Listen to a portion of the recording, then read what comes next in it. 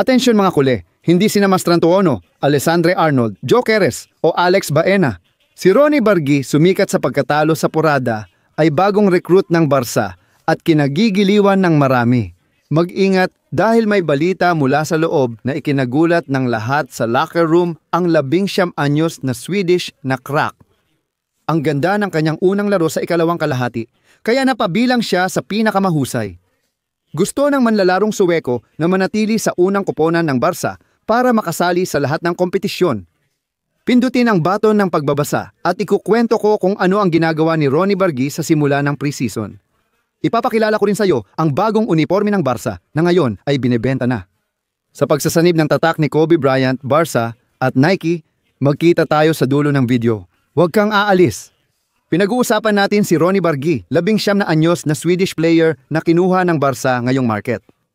Sa simula, may kontrata siya sa Barca Athletic pero talagang nakakabaliw ang mga nangyayari tungkol sa futbolistang ito. Isa siyang right winger na nagsimulang maglaro sa banda ni Min Jamal at sa ensayo ay kitang-kita ang kanyang husay. At sa kanyang debut kasama ang Barca, kamakailan laban sa Vissel Kobe, na itala niya ang kanyang unang goal at nag-iwan ng magandang impresyon. 2 milyong euro kasama ang variable ang ginastos ng Barca sa kanya at tumataas na ang kanyang market value. Sa ngayon, sa Transfermarkt, nakapwesto na siya sa 7.5 milyong euro. Sa susunod na update, malalaman natin kung hanggang saan aabot ang halaga ni Ronnie Bargui, lalo na't nagiging matatag na siya sa unang koponan. At kung magpapatuloy ang lahat ng ganito, mukhang mananatili siya sa Barca para tumulong sa koponan sa buong season. Isang manlalaro na diretso, mabilis, pero napakatalino. Palaging tama ang kanyang desisyon at sa unang laro pa lang, kahanga-hanga na agad ang mga estadistika niya. Matindi ang magiging kompetisyon sa koponan. Kung hindi kayo naniniwala, tingnan nyo sa screen ang ginawa ng mga kasama natin sa Post United. Makikita nyo ng malinaw na sa bawat posisyon, may 2 o higit pang manlalaro ang Barca na kayang magtakip dito ng may kasiguraduhan. Sa goalkeeper, mayroon tayong Joan Garcia, Ter Stegen, Iñaki Peña at Chesney. Mula doon, malinaw na 2 ang aalis. Malamang sina Iñaki Peña at Ter Stegen ay halos palabas na kahit pa may injury. Sa depensa, sina Kunde, Eric Garcia, Hector Ford, Ku, Barshaya, Araujo, Inigo Martinez at Christensen ang mga sentral. Meron din tayo sa kaliwang bahagi sina Alejandro Balde at Gerard Martin, pati na rin ang batang si Jofra Torrens. Sa gitna sina Frankie, Pedri, Gabi Casado, Mar Bernal, Dani Olmo at Fermin Lopez. Sa unahan, mag-ingat kay Ronnie Bargui na makikipagkumpetensya kay Diez ng Barca. Kasama sila Mina Jamal para sa posisyon sa field. Si Ronnie Bargui ay hindi unang pangunahing manlalaro pero kailangan niyang magpakitang gilas sa field kapag nagawa niya maganda yon. Nasa harap niya ang pinakamahusay na manlalaro sa mundo kaya tiyak na magiging maganda ang kompetisyon at makakatulong si Bargui sa koponan. At syempre, si Lamine Jamal na 18 taong gulang pa lang, hindi kayang laruin lahat ng laro. Sa tingin ko, nakuha natin ang isang mahusay na futbolista na makakatulong sa atin. Sa kabilang banda, meron tayong sina Rafinha at Rashford at bilang mga forward sina Ferran Torres, si Tiburon at si Robert Lewandowski.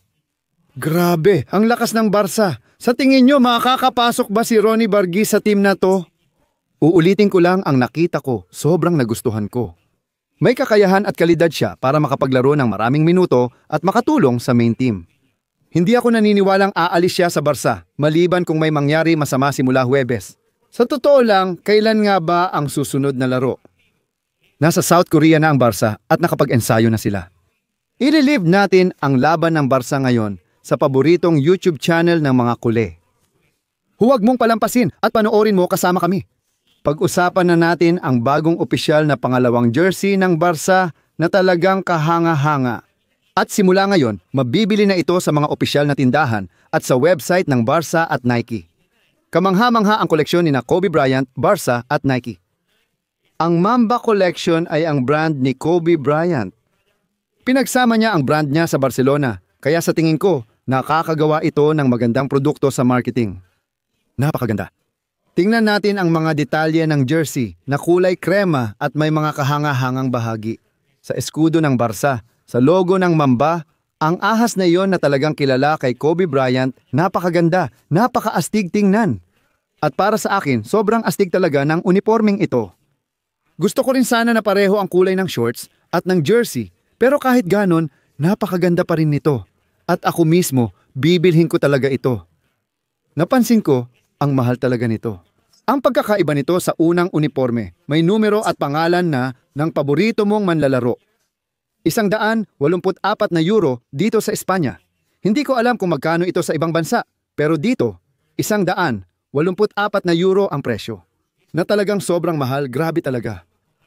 At ang Barca ay kikita ng malaki. Sobrang laki ng pera dahil sa bagong marketing na ito. Bukod sa jersey ng Barca, naglabas din sila ng tracksuit, training kit at sapatos. Tunay na koleksyon na pinagsasama ang Barca at Kobe Bryant brands. At tingin ko magiging record-breaking ito sa bentahan sa buong mundo. Ngayong araw ng pagbubukas, nakita na agad ang mahabang pila sa opisyal na tindahan ng Barcelona. Kaya gusto kong i-comment mo kung ano ang opinion mo sa bagong jersey na ito at ano ang masasabi mo. Gusto ko lang ipaalam sa iyo na opisyal na talaga ngayon. Suot ng Barca ang ito sa unang pagkakataon sa Huwebes, sa ikalawang pre-season game nila kontra Seoul sa South Korea. Kung nagustuhan mo ang video, pindutin ang like at mag-subscribe sa channel. Huwag kalimutang i-activate ang notification bell. Tandaan, ngayong Huwebes ay ang ikalawang laban ng pre-season. 2 oras mas maaga kaysa dati. Dito, konektado ka sa pinakamahusay na pre-game show sa buong internet at ang pinakamahusay na kwento sa wikang Espanyol na mahahanap mo sa buong YouTube. Makukuha mo yan dito sa Barca. Ngayong Huwebes, Agosto 31 Seoul Football Club Barcelona. Live dito sa napakagandang channel na ito. Iwan mo ang iyong komento. Anong masasabi mo kay Ronnie Bargui? Magiging revelation ba siya o hindi? Sabihin mo rin anong masasabi mo sa pangalawang uniforme ng Barca. Anong pangalan ang ilalagay mo sa likod ng jersey? Babasahin ko ang mga komento mo, Barca noon, ngayon, at magpakailanman.